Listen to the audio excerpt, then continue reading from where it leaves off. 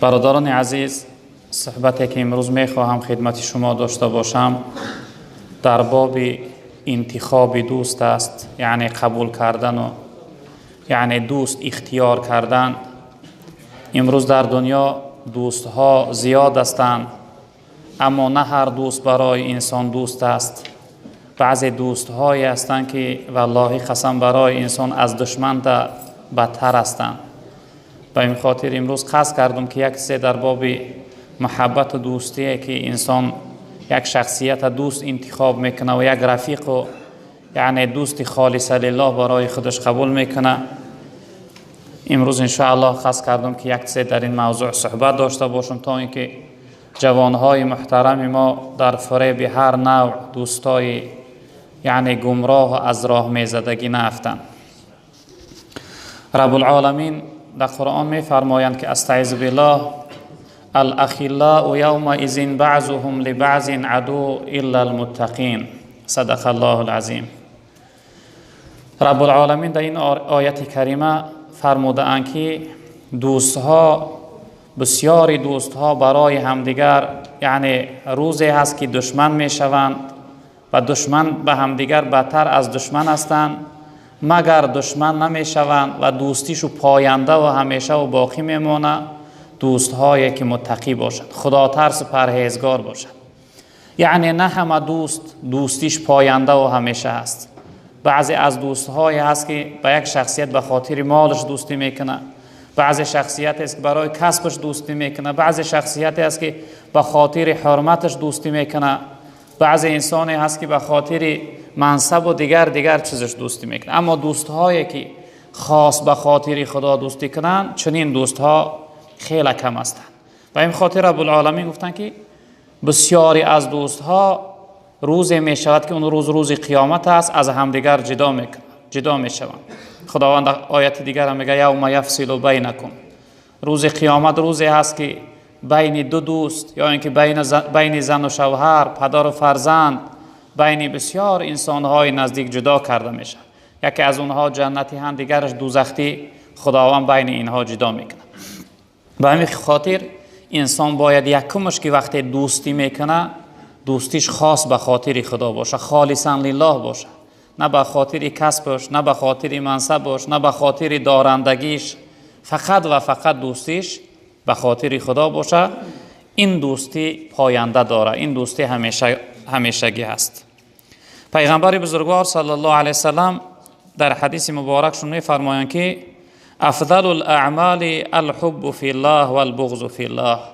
تن بهترین عملها در نزد خداوند این دوستداری به خاطر خدا هست و بدبینی هم به خاطر خدا. یعنی که بهترین عمل برای انسانیت به خاطر خدا دوست بداری، یعنی رفیق دوسته و جورته خاص به خاطر خدا دوستش بداری و بد دیدن هم باید به خاطر خدا بد ببینی. آیا سوال می شود که انسان باید چی نوع انسان و کیها را بد ببینه به خاطر خدا؟ ما هر انسان حقی بد دیدن نداریم. حتی عزیزای خدا میگن که انسان حق نداره کافر را بد ببینه. شخصیت کافر حق نداره برای بد دیدن. کافر کفرش بد میبینی، کافریش بد میبینی و شخصیتش بد نمیبینی، چون که وی هم بنده خدا است. شاید آخر مقلب القلوب حالت او را تغییر میده، دیگرگون میکنه، از دنیا به ایمان میرود. و همین خاطر ما باید شخصیت‌های را بد ببینیم که اونها مردم از عبادت و بندگی دور میکنه. فعل اونها را، رفتار اونها را، نفاق اونها را، فسق اونها را ما باید بد ببینیم. بدبینی هم باید به خاطر خدا باشه. این بدبینی که امروز در جامعه ما پیدا شده است، یک انسان یعنی که به خاطر کسبش بد میبینن که کاراش خوب هستن من نه، یا اینکه ماشینی خوب داره من نه، یا اینکه یک انسان دو کس در کنار همدیگر سودا میکنن، سودایتش در اوج خوب است، این دیگرش به او بخیلی و حسادت میکنه. این نوع بدبینی برادر عزیز حرام است. در شریعت فقط بدبینی اجازت است که وای به خاطر خدا باشه. یک انسان میبینی فعل بد داره، خصلت بد داره، گفتار بد داره، حرکت میکنی که او را نصیحتش کنی یعنی اصلاحش کنی، اصلاح نمیشه و در این صورت اون فعل بچه، اون کردار بچه بعد از اون حق داری برای بد دیدن. با این خاطر پیغمبر بزرگوار گفتن که بهترین عملها دوست داشتن به خاطر خدا هست و بد دیدن به خاطر خدا. در روایت دیگر پیغمبر بزرگوار صلی الله علیه و سلم گفتند که لا یؤمن احدکم حتی یحب لاخیه ما یحب لنفسه. گفتند ایمان کامل نداره یک کدام از شمایان حتی که دوست بداره برای برادرش همون چیزی را که دوست می‌داره برای خودش. یعنی برادر عزیز، ایمان من و شما در صورت کامل میشه. کامل گفته بوده میگن، ایمانی بود یعنی یک بعضی چیزی میشه که نابوده، کمبودی داره، ناقص است. ایمان انسان در صورت به بودی و به کمال میرسه که برای برادر مسلمانش دوست بداره همون چیزی را که برای خودش دوست میداره. یعنی چی چیزی برای خود دوست میداری؟ برای برادرت همون چیز دوست بداری، بعد از آن ایمانت کامل میشه. یعنی که ما باید محبت و دوستیمو چی نوعی که برای خودمون دوست میداریم برای برادرمون، و هم بنده خدا است، برای برادر مسلمان و مؤمن من باید دوست بداریم. بعد از آن ایمان ما به کمال میرسه. رب العالمین در حدیث قدسی فرمودند که وجبت محبتی للمتحابین فیه والمتجالسین فیه والمتزاورین فیه والمتبازلین فیه.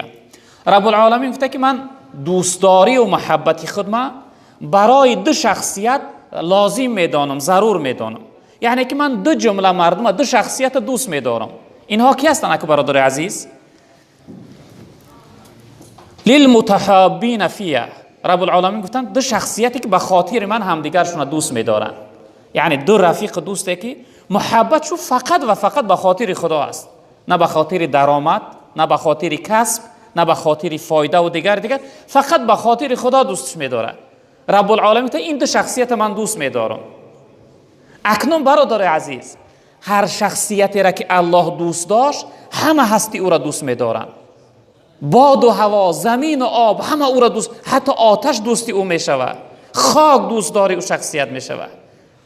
در روایت اومده جناب پیغمبر صلی الله علیه و سلم که وقتی که پروردگار یک بنده از بنده هاش دوست می‌داشته، به سوی حضرت جبرائیل علیه السلام ندا میکرده، خطاب میکرده، میفته یا جبرئیل انا احب فلانا فاحبه.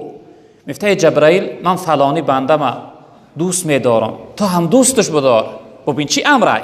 نه تنها اینکه جبرائیل تو خبردار باش که من فلانی را دوست می‌دارم، نه، بعد از اینکه خداوند اظهار محبت کرد، بعد از اینکه خداوند آشکار کرد که من قاری میرونبه قاری عبدالحکیم دوست می‌دارم، بعد از این با خداوند دوباره خطاب میکنه به سوی جبرائیل که ای جبرائیل اینها را تو هم دوست بدار، اینها محبوب دوستای من هستند.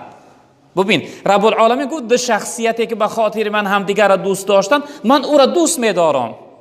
وقتی الله که دوستش داشت، جبرائیل امر میکرده که ای جبرائیل فلان بنده را دوست بدار که من او را دوست می‌دارم. جبرائیل وقتی که این خطاب از جانب خدا قبول میکرده است، در عالم ملائکه ها امر میکرده که فلان شخصیت دوست بداره که خدا دوستش می‌داره. اون ملائکه های آسمان، ملائکه های زمینه، تمامی هستی محبوب و دوستدار او شخصیت میشدن. حتی حضرت ابراهیم علیه السلام مولانا هم یعنی بارش چند جمله داره، میگه زی آتش گل بخواهی جان فدا شو، چو ابراهیم به درگاهش گدا شو. بیماند نامتن در قید هستی، اگر او را چو ابراهیم پرستی. میگه اگر بخواهی که آتش نسوزد، نه که ابراهیم کی بود؟ خلیل الله، دوستی الله. الله در دوستیش قبولش کرد. ابراهیم فقط از خداوند طلب میکرد که الله محبت در دل من جا کن، من میخواهم که خلیلی تو باشم، دوستی تو باشم، دوستداری تو باشم. وقتی ابراهیم علیه السلام خداوند در مقام خلیلی قبول کرد، نمرودی ها بردن در آتش انداختن، قصد و مقصدش سوزاندن ابراهیم بود.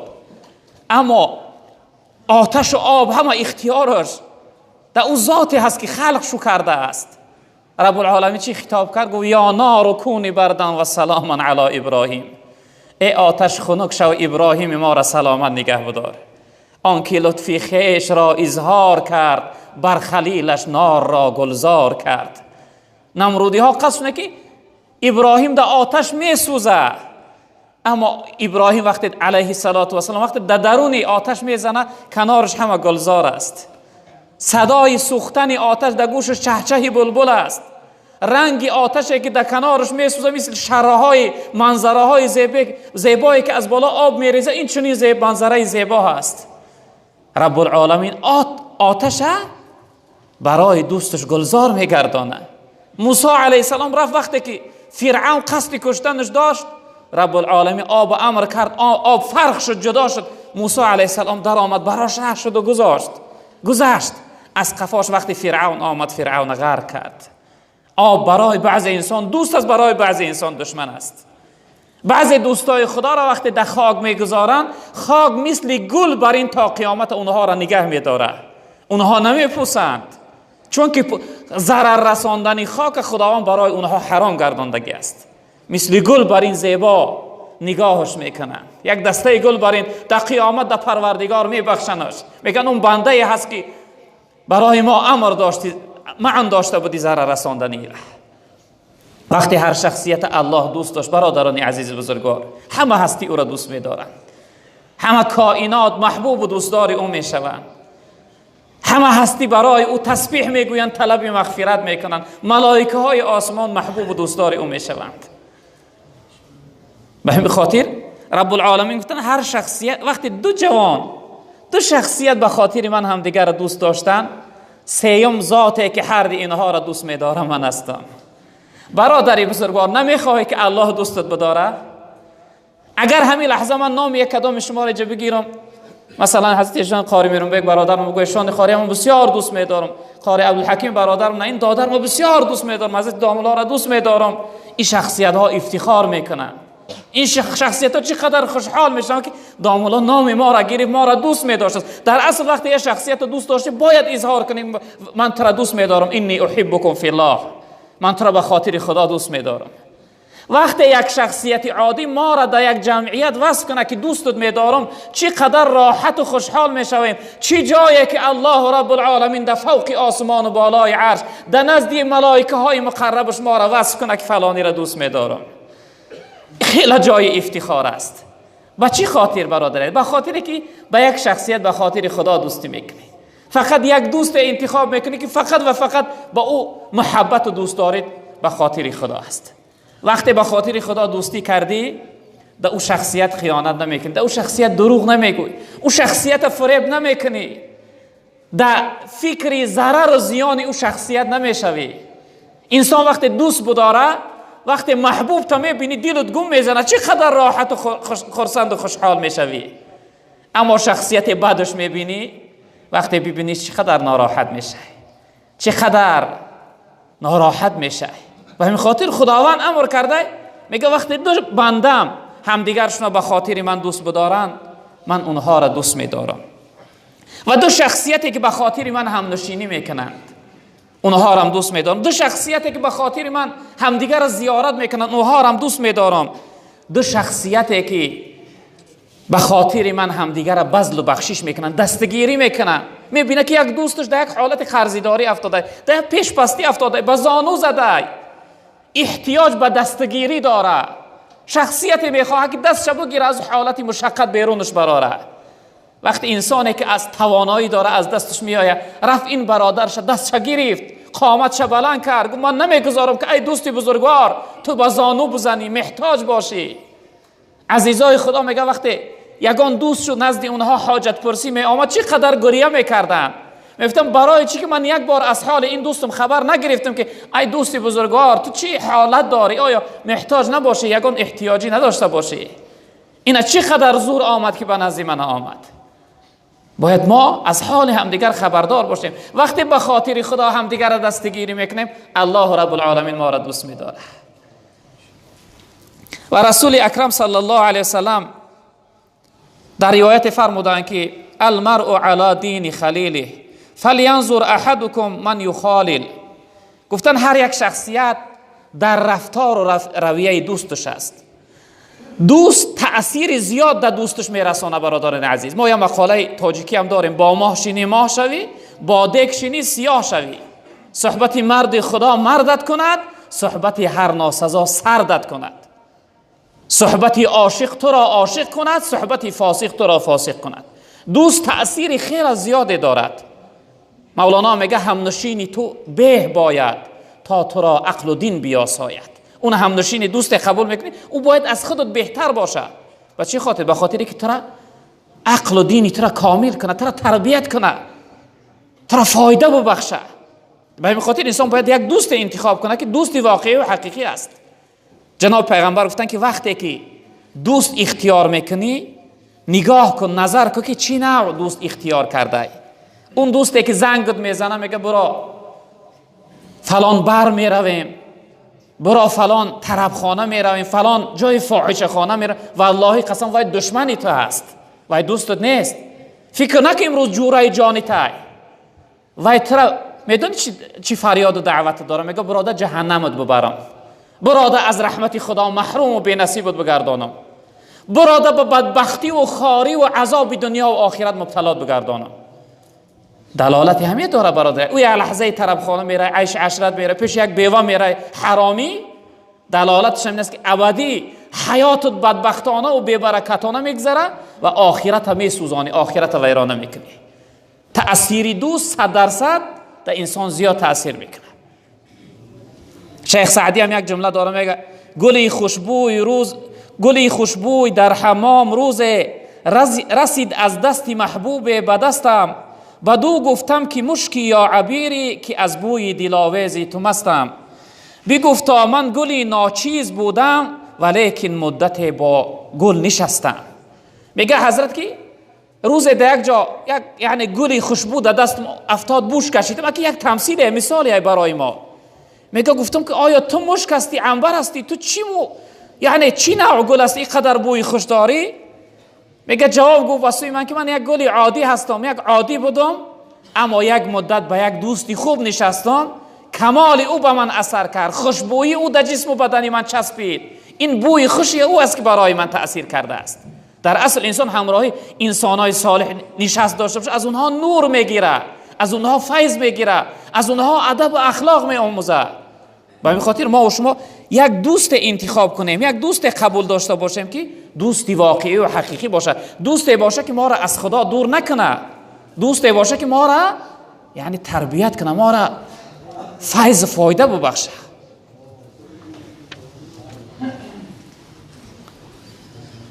رسول اکرم صلی الله علیه وسلم در روایت دیگه فرمودند که والذی نفسی بیده لا تدخلوا الجنة حتى تؤمنوا ولا تؤمنوا حتى تحابوا اولا ادلكم على شيء اذا فعلتموه تحاببتم افشوا السلام بینکم. جناب پیغمبر گفتن قسم به همون خدایی که اختیار جانم در قدرتش هست، قسم به همون خدایی که خلقم کرده است، شما داخل جنت شده نمیتوانه حتی که ایمان نیاره. یعنی شرط برای داخل شدن جنت ایمان است. ولا تؤمنوا حتی تحابوا، شما ایمان آورده نمیتوانه، یعنی ایمان به کمال رسانده نمیتوانه حتی اینکه شما هم دیگرتون دوست نداره. تا محبت و دوستی به خاطر خدا نداشته باشه ایمان شما به کمال نمیرسه. جناب پیغمبر گفتن. بعد از اون حضرت گفتن که آیا من شما را دلالت نکنم با یک چیزی که وقتی او چیز شما با جا بیاره در بین تو محبت پیدا میشه، هم دیگر را دوست میداره؟ اهل اصحاب گفتن بله یا رسول الله. گفتن آره یا رسول الله، ما را دلالت کن چی چیز است که در بین ما محبت و دوستی برپا میکنه؟ جناب پیغمبر گفتن افشوا السلام بینکم، تا سلام در بین همدیگر افشا کنه، آشکار کنه، همدیگر را دیده بگه السلام علیکم. معناش این است گفتیم ای دوست برای شما من سلامتی را میخوام، سلامت، سربلند، سعادتمند، خوشبخت و خوشحال دنیا و آخرت باشی، درد و غم خاری را نبینی، رنج و ناراحتی را نبینی، همیشه خرسند و خوشحال باشی. چقدر این سخنی تو در او دوست تأثیر میکنه، چقدر دلی وی شاد میشوه وقتی این سخن از زبان نسیم وی چی میگه و علیکم السلام، برای شما هم این شنین سلام. جناب پیغمبر گفتن وقتی سلام در بینتون آشکار کنه محبت پیدا میشه. ببینه برادر عزیز که در این روایت پیغمبر بزرگوار گفتن که اگر شما به خاطر خدا محبت و دوستی نداشته باشه ایمان تو به کمال نمیرسه. یعنی ایمان که به کمال نرسه شما جنت داخل شده نمیتوانی. به این خاطر برای انسانیت شرط است که یک دوست خالص لله به خاطر خدا داشته باشه، یک شخصیت خاص به خاطر خدا دوست بداره. در روایت دیگر پیغمبر بزرگوار صلی الله علیه و سلم فرمودند المتحابون فی جلال لهم منابر من نور یغبطهم النبیون و الشهداء. پیغمبر بزرگوار گفتند حدیث قدسی در رب العالمین گفته که دو شخصیتی که به خاطر من در دنیا دوستی و محبت دارن، در روز قیامت این دو دوسته من در منبرها در تختهای نور میشینانم، همنشین و یعنی همراهی انبیا و دوستای خدا، من اونها را یک جای داخل جنت شو میگردانم. حتی در روایت دیگر پیغمبر بزرگوار صلی الله علیه و سلم گفتند که این دو شخصیتی که به خاطر خدا دوستی میکنن، در روز قیامت اینها را خداوند به چنان عزت میداده، به چنان درجه و مرتبه میداده که اهل محشر وقتی میدیدن میپرسیدن، میگفتن که اینها آیا پیغمبرای خدا هستند، صدیقین، شهدا و صالحین هستند؟ میگه از جانب ملائکه جواب می اومده، میگفتن نه، اینها نه پیغمبر هستند، نه شهید هستند، نه صالح هستند. بعد از اون میپرسیدن، میگفتن اینها کی هستند؟ خداوند امروز اینقدر عزت شو داده است، اینقدر درجه بلند شو داده، در تختهای نور نشسته هستند. از جانب ملائکه برای اینها جواب میشته که میگفتن اینها دو شخصیتی هستند که در دنیا با خاطر خدا دوستی داشتند. امروز اگر ما با خاطر خدا محبت و دوستی داشته باشیم، ان شاء الله رب العالمین که نه در دنیا بلکه در آخرت خداوند ما را جدا نمیگردونه. حتی در روایت از جناب پیامبر صلی الله علیه و سلم که وقتی دو شخصیت به هم دیگر محبت و دوستی دارند در دنیا، در روز قیامت یکی از اونها جنتی است، دیگرش دوزختی.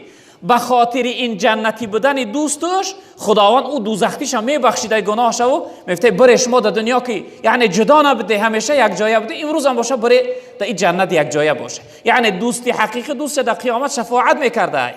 به همین خاطر ما باید دوستی حقیقی و دوستی یعنی واقعی باشه. اکنون در آخر یک حدیثی را که از محبت اهل اصحاب نسبت به پیغمبر بزرگوار صلی الله علیه و سلم بود،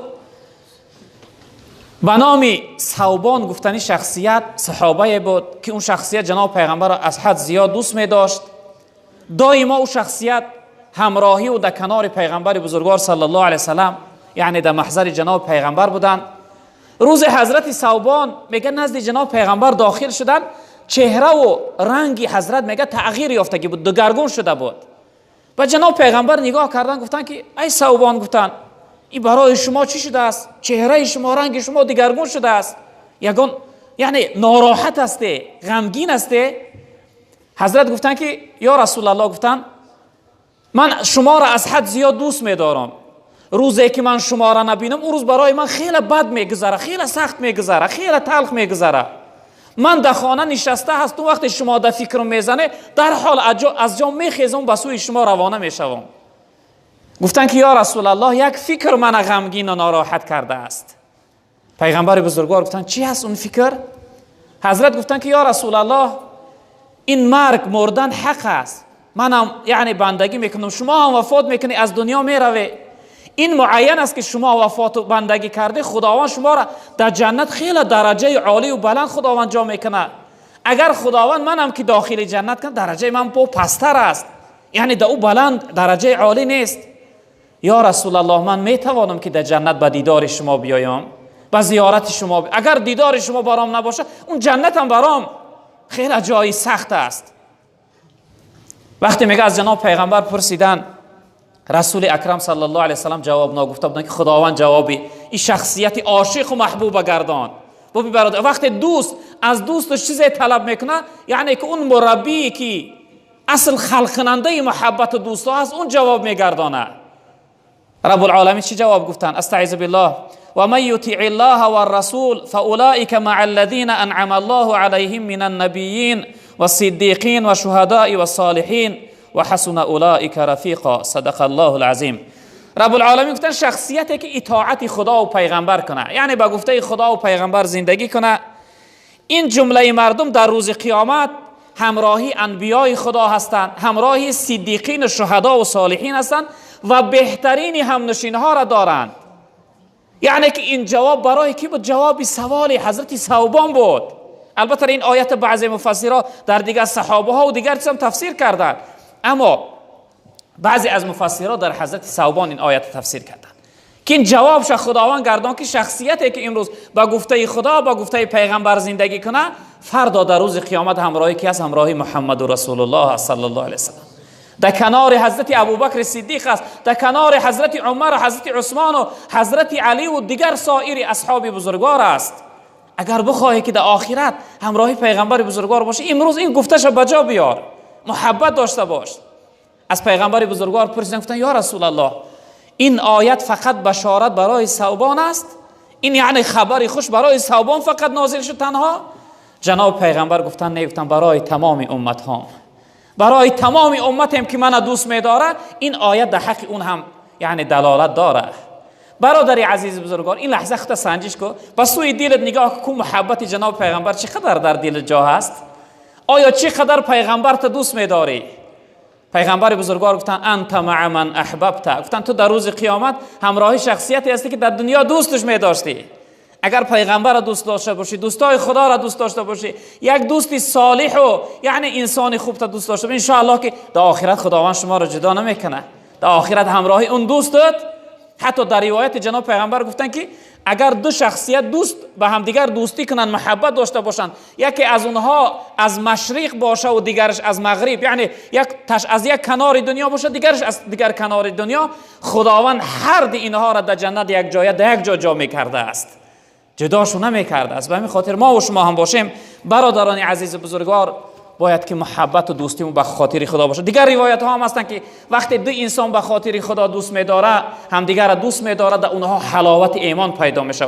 حتی در روایت دیگر جناب پیغمبر گفتن که وقتی دو شخصیت به خاطر خدا هم دیگر را دوست می‌داره، خداوند او را در روز قیامت در سایه رحمت و در سایه عرش جا میکنه، از رنج عذاب قیامت خلاص میگردن. به این خاطر ما و شما برادران عزیز بزرگوار حرکت داشته باشیم، این بدبینی و یعنی بدنیتی و بدفکری از دلها بیرون کنیم، در دلها محبت و دوستی همدیگر را جا کنیم، تا اینکه خداوند بزرگوار ما را اهل محبت بگرداند، ما را این بدیها و بدبینی ها را از حیاتمون دور بگرداند. پروردگار بزرگ